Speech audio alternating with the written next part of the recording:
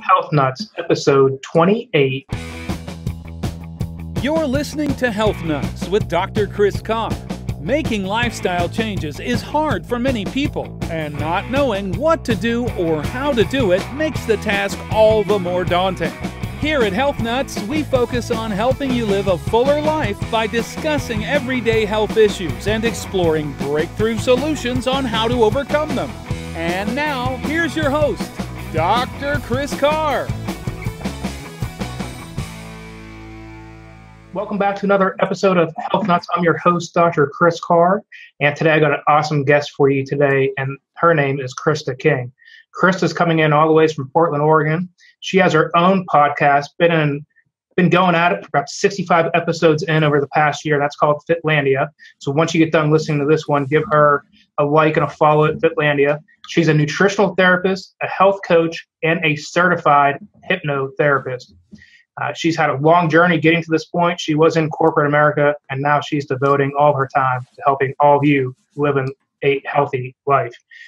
We're going to talk today, which is going to be great for the new year because we're releasing this right at the beginning of the new year.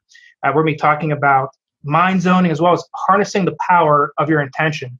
So, Christa, welcome to the show. Looking forward to hearing your message. Oh, thank you so much. It's wonderful to be here and just spread the news and the excitement around the new year, but help people make it stick. Yes. So that was a real formal intro of you. Tell me more about yourself. Yeah, so I'll give a little more history about how Fitlandia came to be. So I was working in corporate America, climbing the ladder, total type A, burning myself out, burning the candle at both ends. And I finally hit the end of my rope in 2012. And I actually went on a soul retreat and met with 11 practitioners in 5 days.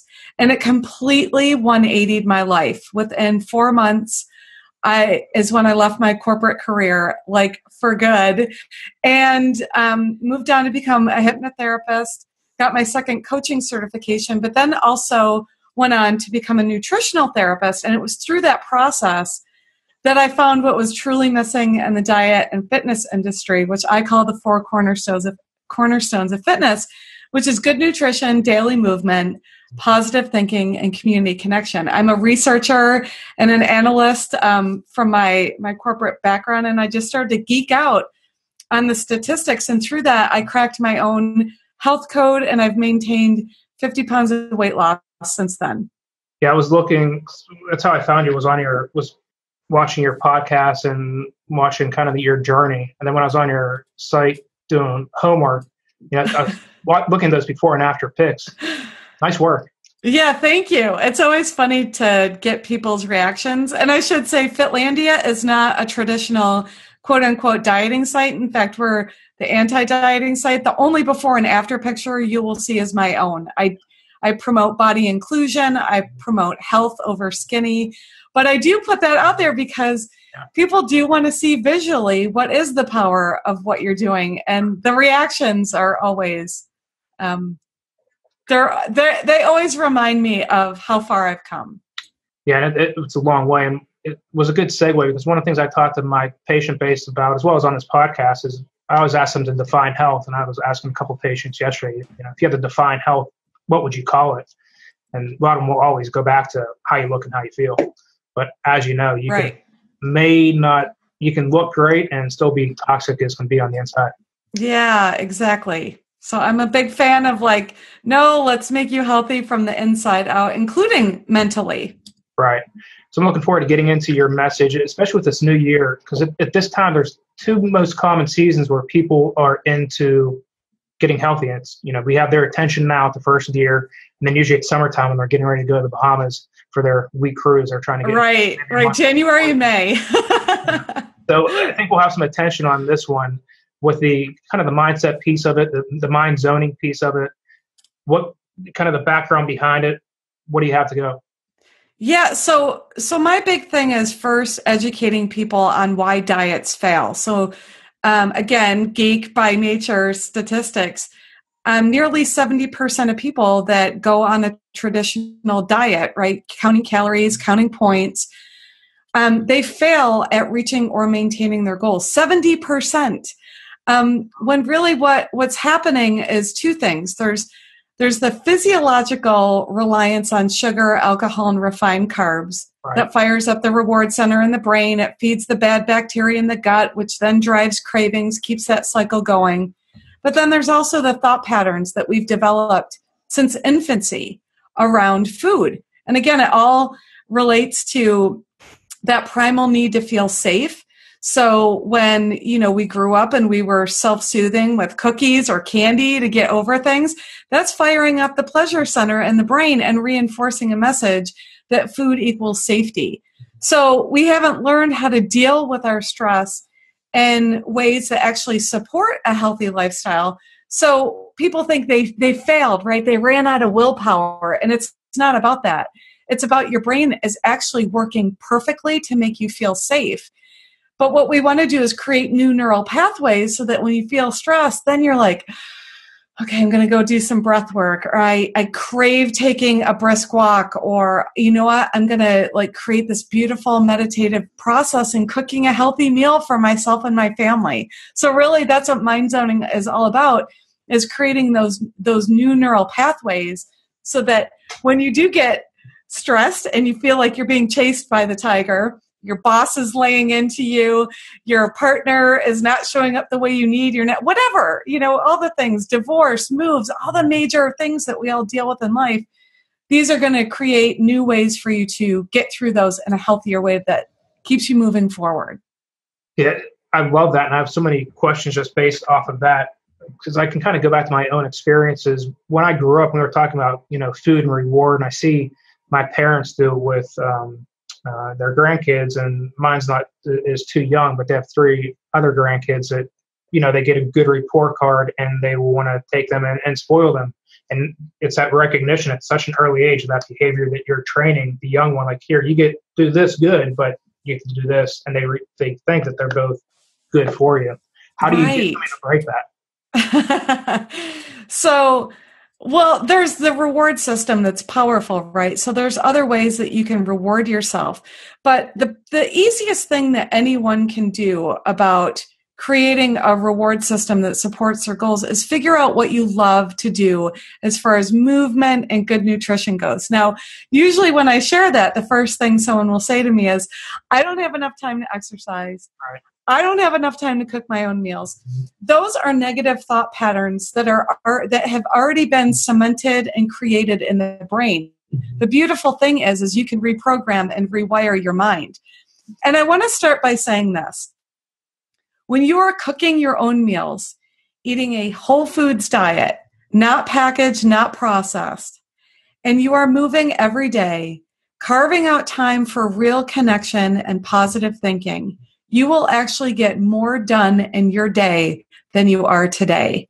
So by carving out time for those things, you will actually function at a higher level to still get the same things done. And that's really tough for people to wrap their mind around. And that transition, it can also be challenging. That's why the community connection piece is so powerful. Or going through some programming that can support you. So the tip that I always give people is reframing those negative thoughts. First, catch yourself, I don't have time to exercise, or I hate to exercise. And start telling yourself, I love to move. I love how I feel after a good workout. And not only say the words, you don't have to believe it right away, but imagine what you would feel like if you genuinely believed that. That is what's starting to create that new neural pathway in the brain. And the more that you practice that, the more you're going to be surprised with, maybe I will check out that gym membership. Or maybe I will move some things around in my schedule. Or maybe I will have that tough conversation with my boss about setting boundaries around work so that I can make time to be my best. Right. It's fascinating how it just starts to reveal itself because your brain is creating that blueprint then for how you behave. And I thought with what you share, especially with time, I'll get that as I do a ton of coaching as well. And one of the things that I get is, time and money is that I don't have the time to do this. What you're asking is too much. And then what you're asking to provide is I don't have the money to do it. And when I then say, well, if you think this is expensive, imagine what disease costs. Yes, absolutely. There are so many statistics. I'll just encourage all your listeners, especially with the rise in healthcare costs and the challenges we're having as a system. You have so much power through community connection, good nutrition, daily movement, and positive thinking to prevent a lot of disease moving forward. And the cost in investing in programs and a gym membership is a fraction of your deductible and surgeries and out-of-pocket expenses that come with these related diseases. So yeah, we don't talk about that enough. But if you just Google, the ROI in investing in your own healthcare, there's so many statistics out there that will prove that you do have the funds for it. Yeah, and just because that plays a role, because when people think gym memberships, like, well, there's a monthly auto draft. They think, well, healthy food, well, it's cheaper to eat fast food. Well, if by changing your lifestyle, if we're able to keep you out of a nursing home for 5 extra years, if we're able to keep you off of that medication that's not covered through your insurance company, or you're able to work an extra 4 years, add it up. It's not even close, but it's such a tough mindset shift because it's not what they've been trained. Well, it's also not the immediate pain, right? It's not there yet. Right. We don't make that change until we're in that pain point. And I love that you're bringing this up because we have to get ahead of it now. That was really that was the final tipping point for me to make a change, was going through my mother's death and seeing she dealt with mental illness her entire life, being severely bipolar, but then seeing her brain and her body deteriorate from pharmaceuticals and not eating well and the chemicals in the food that she was addicted to, all the things I didn't know. Right. And at the moment that she passed, literally, I was halfway through my nutritional therapy program and I'm like, oh, had I known 10 years ago, I don't know if I could have shifted her habits or influenced her, but it really became a part of owning my own health. I gave up alcohol for a full year in 2015 to really change my relationship with it, as well as start the programming to clean up the gut and end the craving cycle and, really become passionate about diets fail and it's about getting healthy. Yeah, and it is, because you never think, that person never thinks it's going to be them. They're never going to be the one with that type 2 diabetes. They're never going to be the one with the stage 2 hypertension. They're not going to be the one with the ovarian cancer until it's them. And then at that point, most people will react to it. So I love what you're sharing, is that prevention and wellness is such a key to it. Whenever you, and I got to ask you just off topic, whenever you quit drinking for a year, what happened? Oh my God, I lost 45 pounds. But so much more happened. So what was interesting is I wrote out a pros and cons list. And this is another tip that I want to give your listeners. It's super powerful. Your brain loves to imagine the possibilities. So the more that you can engage the power of your mind, the more successful you're going to be. Write out a pros and cons list of what it's like to make a lifestyle change, whether that's giving up alcohol, whether that's, cooking your own meals, moving every day. What are all the things that you could possibly imagine would improve in your life, your focus, your productivity? I actually listed 32 things, and I would say probably 75% of them were physical things I was experiencing in my body that I just wondered, could this improve with giving up alcohol? My cons list had 5 things on it, 32 to 5. That was a defining moment for me to say, this has got to change. So not only did I lose weight, but I had skin irritations that cleaned up. I also removed sugar and refined carbs for the first 30 days of that. So I did a lot of cleanup. That's a huge detox. Yeah, I did an overhaul. Yeah. But I had skin issues, acne, hormonal imbalances. I can talk to you all day long about what happened with my menstrual cycle and how it improved. I no longer get PMS or cramps. The health benefits that I got from it were mind-boggling. Chronic yeast infections, gone. So really, and not only that, but my relationships changed. My personal relationship, the what I thought were friendships were really drinking buddies. And so I learned I couldn't improve and elevate to my next level of self with the drinking patterns that I had had. So, so many things changed And I really I doubled down on Fitlandia. I'm like, I have to bring this message out to the world. Especially if you being the analytical 32 to 5. That's a yes, exactly. Yes, that's a fair point. That my left brain really kicked in and said, "Okay, this is happening." Right. It's a no-brainer. Yeah, and I would say I accomplished about. There's really only 3 things that I'm still kind of learning and experimenting and playing with diet and movement and nutrition to see if I can overcome. So. It's great. Really. So now it's the first of the year, and people are they're wanting to shift their mindset, shift their body. What are some tips you have for them now that they have the attention, they want to move forward with this thing? Yeah, number 1 tip is you absolutely have the power to make a permanent lifestyle change, and you can do it without deprivation. I am proof of that. When I thought about giving up alcohol for a year, talk about the grieving process. I always relate it to the 5 stages of grief. Like when you make a lifestyle change, you're going through denial, you're going through bargaining, you're going through depression because you're navigating a new sense of self. But the first thing I want to tell you is believe that you have the power within you to do it, because I know it. If I can give up alcohol for a year, and let me tell you, full disclosure, bottle of wine every night. You can do it. So the second thing is catch yourself in the negative thoughts. I can't, I won't, I don't have time, whatever those limiting beliefs or perceived obstacles are. And then immediately give yourself that positive reframe. I have plenty of time to exercise every day. I love the idea of going to a fitness class or moving outside. Attach the emotion to it and just repeat that. The other tips I would give is find ways to manage your stress. And I can tell you that good nutrition and daily movement is really going to help with that.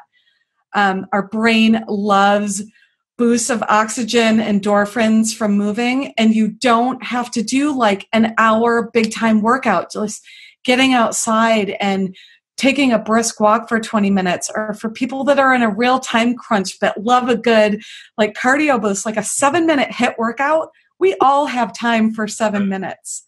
And if you don't think you do, give me a call and I will pick apart your schedule. You'll have to give up the Real Housewives of wherever for one night, but you can do it. I need to call my wife. Exactly. So those are some easy tips. I'm kind of an all or nothing type personality. But a lot of people benefit from taking small incremental steps. That also lights up the brain. When we accomplish something, it fuels us to kind of do it again and move forward. So I would really just kind of be honest with yourself and what motivates you, right? What are the things that you do find joyful? Like, you know what? I like to go for a walk by myself. Or you're an extrovert. I love to go to a studio with lots of people and energy around me. So really just acknowledging who you are at your core and what works best for you. Yeah, I love the self-limiting beliefs, what aspect of it, because it is such a huge part. The people they've been beaten down. They get beaten down throughout their life, where they get this negative self-talk and it just sticks to them. It's hard to break that mold, but once you power through it, I mean, the other side of it is just phenomenal, just getting that self-limiting belief. So I love that. I talk about that a lot myself. Yeah. And related to that, I just want to share proof. Like I'm always navigating my relationship with sugar, refined carbs, alcohol, because they fire up the pleasure center in the brain, right? It all acts the same way. So I'm constantly looking at that. So another tip related to this is don't get locked into perfection. Like I've gone on, ice cream binges for 2 weeks. The difference is now I'm aware of it and I have the thoughts that are going to get me out of it and the habits that will get me out of it.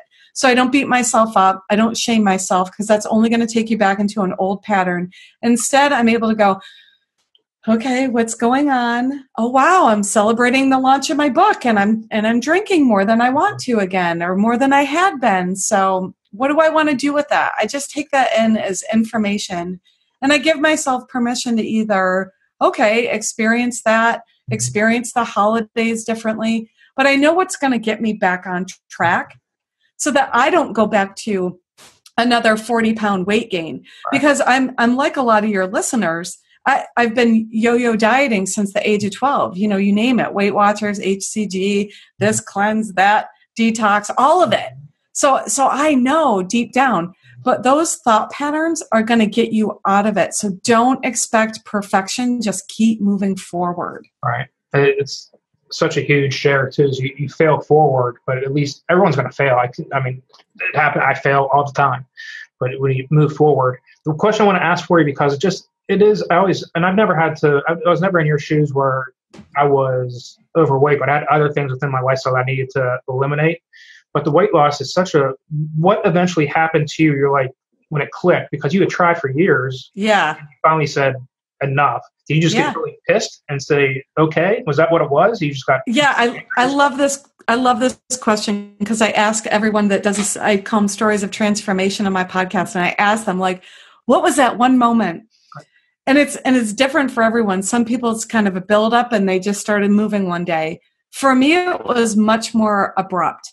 So I always say I started a fitness company fat. I knew that the hypnosis part of it, or the mind zoning, as I call it, was a big part in shifting the mind. But when my mother passed away, she passed away in September. And then in December, the nutritional therapy program I was in started talking about candida overgrowth and how that can affect cravings. And I started to put it all together. And I could release that shame and start to understand that there are mental patterns driving our behavior, but there's also a physiological thing happening. And I needed to clear out my gut. I needed to do a reset for this to change. Otherwise, I was going to go down the same path as my mother. And I knew deep down that my life needed to be healthier than that. I knew enough with my own inner voice that it was time, that if I continued, I would never do it. So I was like, this is it. This is the time. And I had enough education behind me to understand how to do it right. And so I did. That's really how my 30 Days to Thriving program started. Was I experimented on myself the first year. I had a focus group that I put together. We did it together. It was great. And then I started to refine it and evolve it. That was in 2015. So now I'm going into my third year of launching the program with all of the refining that came with it. But for me, it was pretty abrupt. It was really my mother's death and then having that education piece that was like, okay, I got it.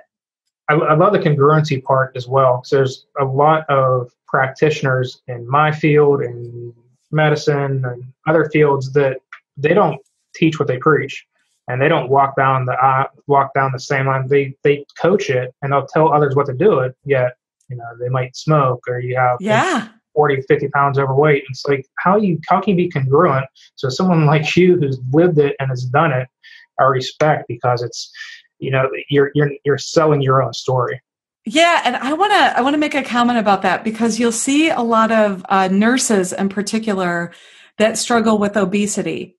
They have such a high stress job, and many of them, and this is what I want to say for like traditional Western healthcare practitioners, haven't been given the nutrition education.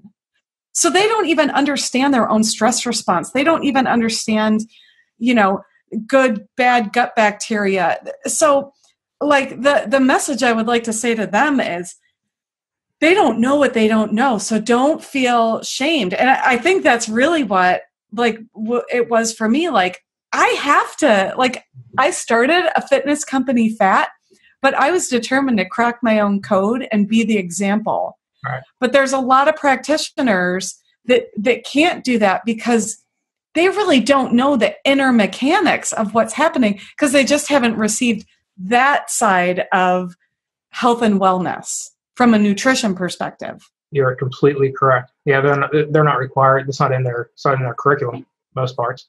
So I'm hoping that changes, and through these podcasts, that we just continue to get the message out there. But related to that, it's like, I don't want anyone to feel shame about their eating patterns. Because once you understand why, you realize that it's really your body just and your brain trying to take care of you. Love it. Before I let you go, I had two questions that were on my mind that I wanted to get to. Number one, the first one, so I call this podcast Health Nuts. Yes. What are three things that make you a health nut in your day-to-day or week-to-week life? I am the one in the room that's always catching people's negative thought patterns. And I don't tell them, you should think this, or you should. No, I invite them to have a different perspective. What would it be like if you thought this? So that's one thing. I'm definitely the mental gal.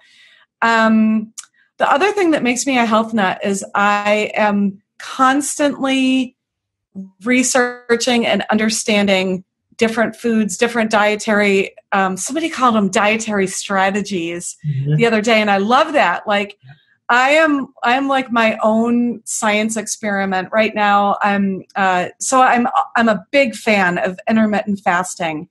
And the research that's coming out about it is super powerful, but especially for people that have gone through an addictive reliance cycle with sugar, alcohol, refined carbs. That's what I always talk about. When done right at the right stage, there's certain things you need to do leading up to it. I wouldn't recommend anyone just jumping into it. And there's other health considerations. But once you do, it is brilliant for someone that's changing their connection with their mind body, because it will teach you what real hunger feels like. And not many people know what real hunger feels like. So right now I'm actually experimenting with myself with the OMAD strategy, which is one meal a day. So I pack in, all of my 1,800 to 2,000 calories through in a 3-hour window from 5 p.m. to 8 p.m. And, last year I was trying things out with the ketogenic diet, which my body loves the ketogenic diet. So that's the other thing. I'm just always like experimenting with my own body, which I would encourage folks out there to do once they've gotten off the standard American diet. That's the caveat. That's a huge one, is taking somebody from there to keto or to intermittent fasting. They get them off refined flours first and sugars like you did. Exactly. And the packaged and processed foods. And unfortunately, a lot of people are going into these dietary strategies without expert support to do it in stages. And then the last thing is just the mind zoning. Like I'm just a nut about getting the message out, not just about reframing thoughts, but the entire possibilities that we have in our mind, like through visualization and meditation and breath work. Those are great shares, and I think they're going to really relate to a lot of the people that are listening. Yeah. The last question before I let you go. So you have maybe you have the struggling single mom out there, or you have maybe it was the old you who was in corporate America and was working 50 plus hours a week and just not going well, and they have the time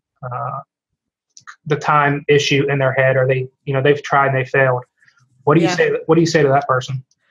You have the possibility to shift your life. There are strategies that you can engage to really make it happen. I remember, I just can relate to this so much. I remember when my mom was in the hospital, when I was traveling 3 to 4 weeks out of the month, literally working 60 plus hours a week, thinking there is no time. There is no time. But there is. There's strategies on how to engage your network to support you. Especially, oh my gosh, single mothers, finding support for childcare is like number one, because I get it. You're the only one, you're running around. But there's ways that you can hack your life. And I promise everyone listening that it comes down to developing really good boundaries. And that comes up whenever I'm working with someone one-on-one. I can always find there's either a boundary around their time and what they're dedicating to watching television, playing on Facebook, time that they're dedicating to their partner, to their work. So there's strategies that you can engage to create really strong boundaries. Great share. And I love the boundary ones. It crosses over in multiple aspects of your life, from your personal life to your work life to how your kids interact with you or how your husband or spouse interacts with you. So it's such a good one. I even have a sheet page of notes what you've been saying. Nice. So before I let you go, I know you're starting another program coming up, and as well as talking about the podcast. For everyone who wants to find you or they want to join in and go arm in arm with you with the journey, how do they do it? Yeah, so there's a few ways to connect with me. One is if you're feeling stuck and overwhelmed and can't imagine getting started, I just released a book called Strategic Vitality, total like left brain planning, and it's called 11 Small Steps to a Big Transformation. So if you just do a search in Amazon.com for Strategic Vitality, the book pops up.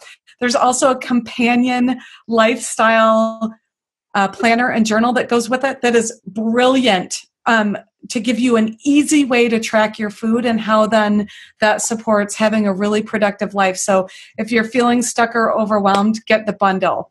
Then they can join me through my next session of 30 Days to Thriving. I do 8 sessions a year, and it includes a weekly video with what to expect, a meal plan, a 50-page food guide on what to enjoy, what not to eat, and it's really designed to end that craving cycle.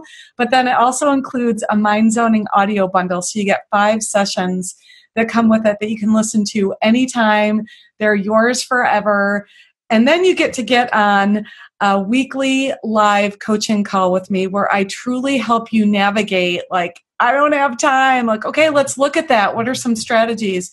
And of course, it includes the community component too, because when your tribe is backing you up, you can do anything. And then also, I have a weekly podcast. It's just called the Fitlandia Podcast. You can find it on iTunes or Stitcher for Android, anywhere that you're listening to podcasts. If you're on Spotify.